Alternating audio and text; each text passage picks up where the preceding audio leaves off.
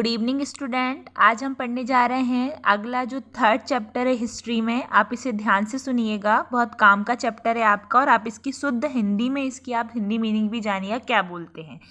ठीक है, आज हम स्टार्ट कर रहे हैं क्लास 9th का हिस्ट्री का third chapter.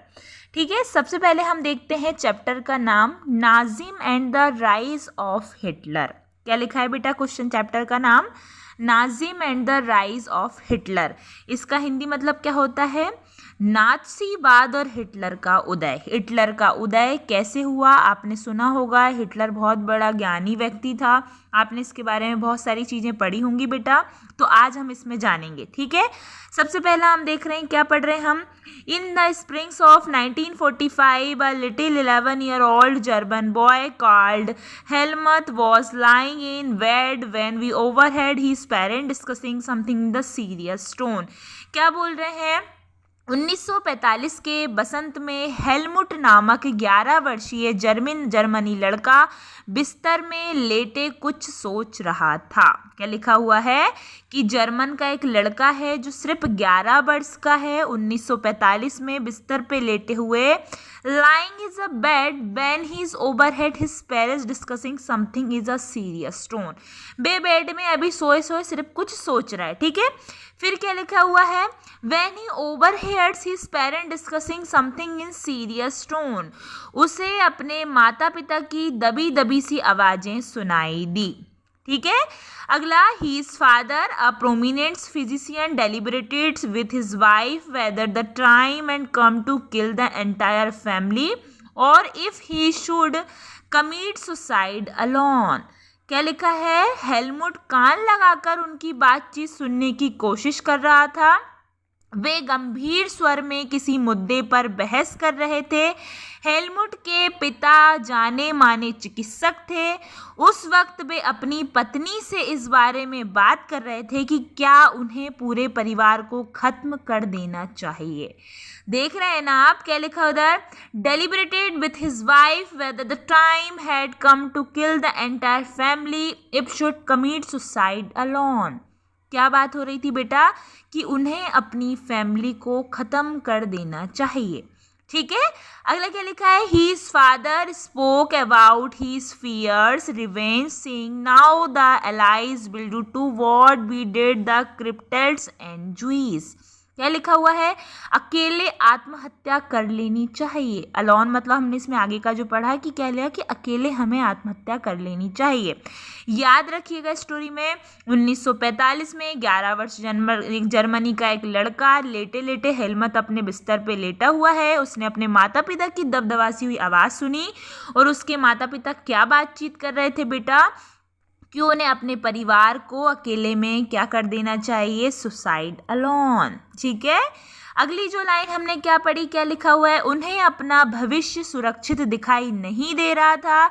His father spoke about fears of revenge, saying, "Now the Allies", बिल्कुल सुरक्षित नहीं दिखाई दे रहा था। वह घबराहट भरे स्वर में कह रहे थे, अब मित्र राष्ट्र भी हमारे साथ वैसा ही बर्ताव करेंगे जैसा हमने अपाहिजों और यहूदियों के साथ किया है।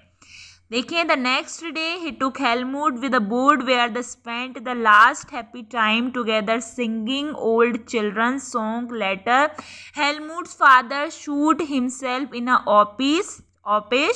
Helmut remembered that he saw his father's bloody uniform being burnt in the family fireplace।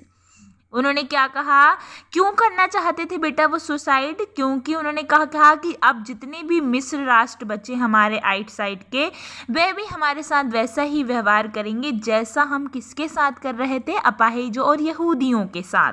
अगले दिन वे हेलमुट को लेकर बाग में घूमने गए। यह आखिरी मौका था जब हेलमुट अपने पिता के साथ बाग में गया। ठीक है, क्या लिख रहा है? The next day he struck Helmut's of wood where the spent their last happy time. ये लास्ट समय था जब हेलमुट अपने पिता के साथ गया। Singing old children's song. Later Helmut's father shoot himself in a office. क्या हो गया इसका मतलब?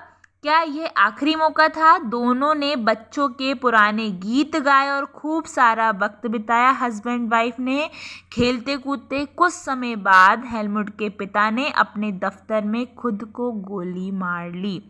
हेलमुट्स father shoot himself in office. अगला क्या है? Helmut's remember that he shows his father bloody uniform being burned in the family fireplace. Helmut की यादों में वे क्षण अभी भी जिंदा था। उसके पिता की खून में सनी वर्दी। क्या लिखा हुआ बेटा? ब्लडी यूनिफॉर्म यानी खून में सनी हुई जो वर्दी थी।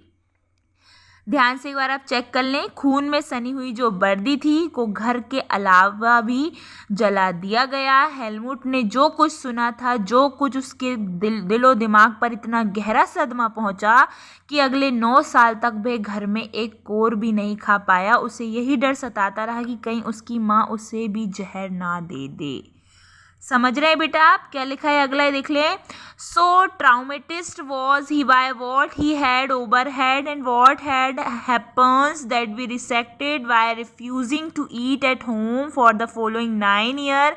ही was afraid that his mother might poison him. ये जब खून से सनी हुई उसने अपने फादर्स की वर्दी देखी बेटा, उसके बाद उसे हमेशा अगले 9 साल तक यही डर लगा रहा कि अगली उसकी माँ उसे क्या पॉइजन या जहर ना दे दे। ठीक है, आज हमने हिस्ट्री के Nazim and the rise of Hitler chapter का एक पैराग्राफ ख़त्म किया है बेटा। अगला पैराग्राफ हम कल ख़त्म करेंगे। ऐसे ऐसे करके हम धीरे से पूरा क्लास 9th का हिस्ट्री का चैप्टर कवर करेंगे। Thank you so much. आगे चैप्टर पढ़ने के लिए आप मेरे चैनल को सब्सक्राइब कीजिए।